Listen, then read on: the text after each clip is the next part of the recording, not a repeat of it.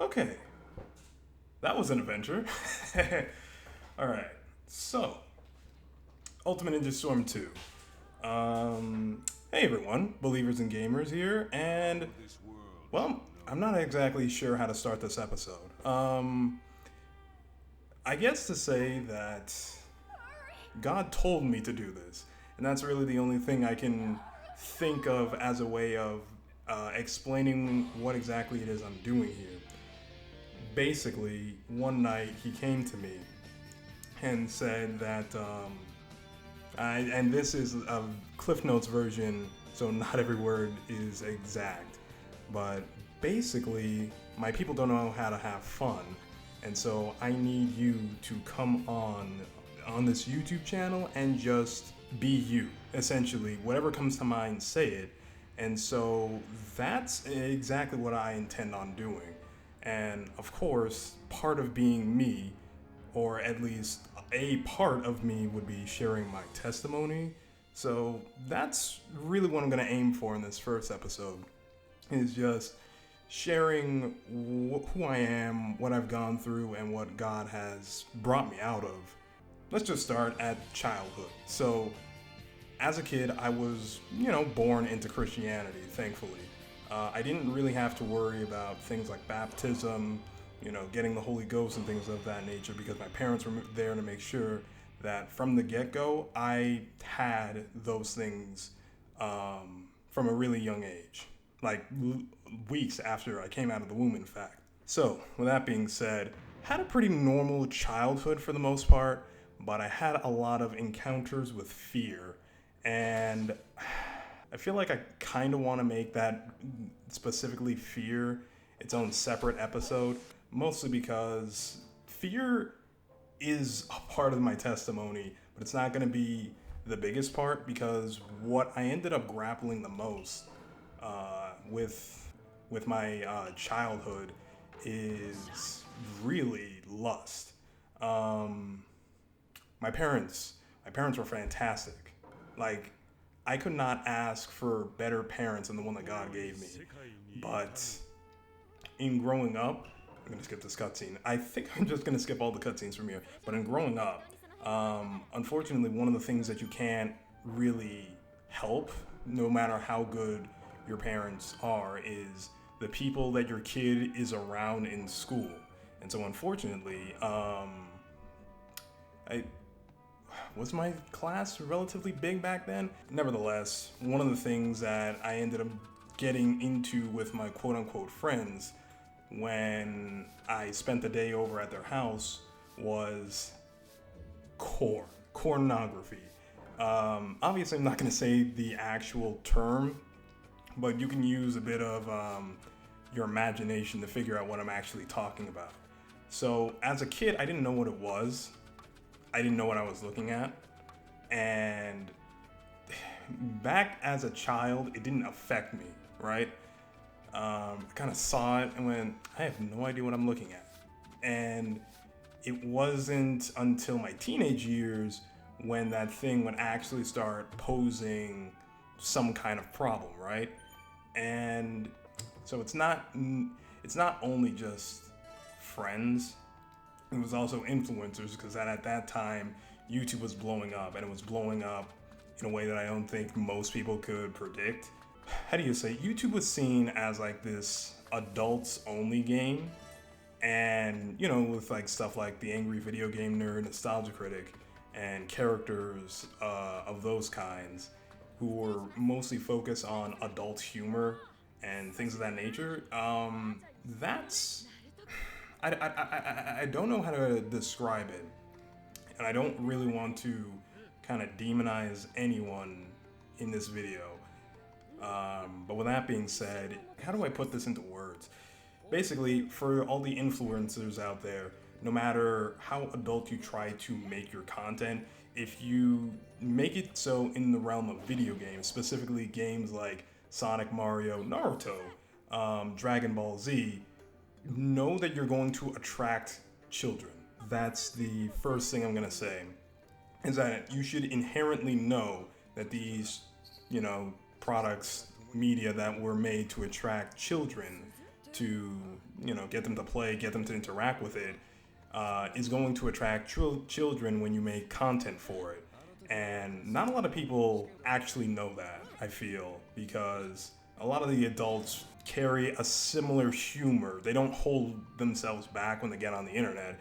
And I can understand why, because when you do hold yourself back, it's harder to flow. It's harder to have that kind of snap judgment, for lack of a better term, I guess, snap judgment kind of thing when it comes to making a joke. But unfortunately, what ends up happening is, a child goes on to that video because, hey, it's Sonic the Hedgehog, hey, it's Super Mario, and they get curious as to what you say, they look it up, and then suddenly their teenage years hit. And, I wrote out some notes as to what I was going to say on this. And for my teenage years, I wrote two things. Actually, I wrote three things, but two of those things are the same thing. It's ouch and the guts meme. So unfortunately, because of the corn, I would end up, and because of that, it was a very debilitating part of my life where I couldn't do much. It's hard to explain if you never had any kind of addiction of any kind, but you do it and then afterwards you think, why on earth did I do that? I just feel worse, right? But for whatever reason, you do it again, and you wonder, can I even stop? Can I even get off of this? And then it just affects you to the point where, honestly, you just stop functioning. I'm getting ahead of myself, actually, because during that point, I had, so I was actually not out of school, I was being homeschooled at the time. And my mom was, God bless my mom. That's all I gotta say. Just God bless my mom. She ended up putting me onto a bunch of assignments during the homeschooling period. And one of those things was, writing, because back in middle school, I showed absolutely no interest in writing at all. So with that being said, first time in my life that my mom had ever given me just an open assignment, and the assignment was, hey, write about whatever you want to write about. And that was wild. I was so used to, back in the day, being told what to do, that being told that, hey, write about whatever you want, it came as such a shell shock. I didn't know how to handle it. But it actually ended up benefiting me the most. It actually ended up being a benchmark part of my life, because for the longest time I didn't actually know what I wanted to do with myself. Once I got out of high school or things of that nature, and my teacher, man, my teacher's a real one.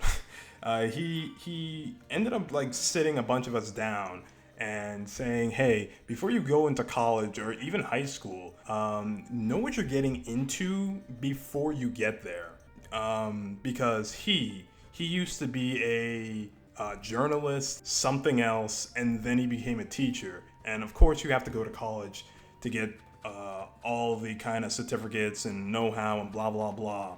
So I really appreciated my teacher for doing that. But at the same time, a teacher can only give you so much information, and even your parents can only help you out so much, because you have to figure it out on your own. So my mom said, do whatever you want, and I'm like, okay, Mom. And me being the massive Spider-Man fan that I was at the time, I decided, okay, I'm just gonna write about Spider-Man. And I don't think my mom was ready for that. No, she wasn't. It's not necessarily that she wasn't ready for me to write about Spider-Man. She wasn't ready for me to write well about Spider-Man. Because my my middle school years, I didn't really care about school. Honestly, I was kind of there to kill time. And so, especially when it came to writing, I didn't care about writing whatsoever. Like my teacher would say, okay, this is your rough draft. Now bring me, your first draft, your second draft. I literally just handed her the same paper twice in a row. And for the real thing, my mom would help me. So when she actually found out, wait a minute, you were paying attention this entire time? It's like, yes. Yes, I was. But in any case, for like all 5 of my teenage years, I can say ouch and the guts meme for them. Like, I don't want to be horny, I want to be happy. Just a lot of years of not doing anything with myself, and to the point where it felt like I wasted my teenage years. And I don't remember the Bible verse, but it said something along the lines of your latter years will be better than your former years. And I praise God for that, because man, I can laugh at it now, but I wasn't feeling like laughing at it back then. Anyways, fast forward to like 2019. In the meanwhile, I wasn't doing anything with writing at the time, and whatchamacallit, I had kind of gotten into JoJo's Bizarre Adventure, and I say kind of as like this kind of like reluctantly. It's not that I wasn't into JoJo, but there was something that made me feel apprehensive about it, and I didn't. It was one of those things where it was, you can like feel that it was kind of like LGBT thing, but it didn't show sign of it. At least it didn't show hard sign of it until the 5th season, and that's when I dropped out. And so during that period where I was watching JoJo, it got my mind working on, superpowers and things of that nature. And I didn't really create any kind of story or any kind of writing during that, but I thought of a lot of ideas. So I was thinking about a bunch of ideas, but I never really put them down to paper, nor did I ever come up with an actual story for them, right? So, fast forward to 2019, my family and I are in New York. My dad is there for a specific reason that's kind of personal, I guess to say. Basically, it's his business, and I'd rather not say anything. But anyways, I'm with my mom, and we are in this natural health store, and this man appears. And, he was talking to my mom, and this guy is kind of strange. I've never met another individual like him in my life, and I don't know if I ever will again. Type strange. Because, how do you say, this man, it was like he saw me and my mom before at some point in our lives. Like, he just knew things that he should not have, and that's the only way I can describe him. So, for the most part, he's talking about my mom, and then he turns his attention to me. And what he said to me kind of floored me back then. It floored me, but I wasn't also surprised to hear it, in a sense. Because he turned to me and said, hey, you are surrounded by demons. And it was eye-opening, but at the same time, I kind of sort of figured, because at that point in my life, I was going through it. To put it lightly, I was going through it, and this guy turned to me, and he said that as like, yeah, I kind of felt that. But the next thing out of his mouth is that he said, but hey man, your ideas are off the chain. Okay, he doesn't say that exactly, but I didn't put anything down. I didn't have a character's name. I just had a bunch of powers, and the guy said, your ideas are amazing. And he said believe in your ideas. And what's more wild about this situation was that on the trip to New York, I wasn't thinking about my ideas. This was something that was I was doing 2 to 3 days beforehand, and the guy could still read my mind and tell me all these things, and it's what the heck is going on? But I do remember one thing about that guy is that he said he believes in God, but he's not religious, and that would go on to be my exact wording for how I describe myself. Excuse me. But in any case, 2020 hits, and then my mom got into God. But then we came across the revelation that people on YouTube are liars.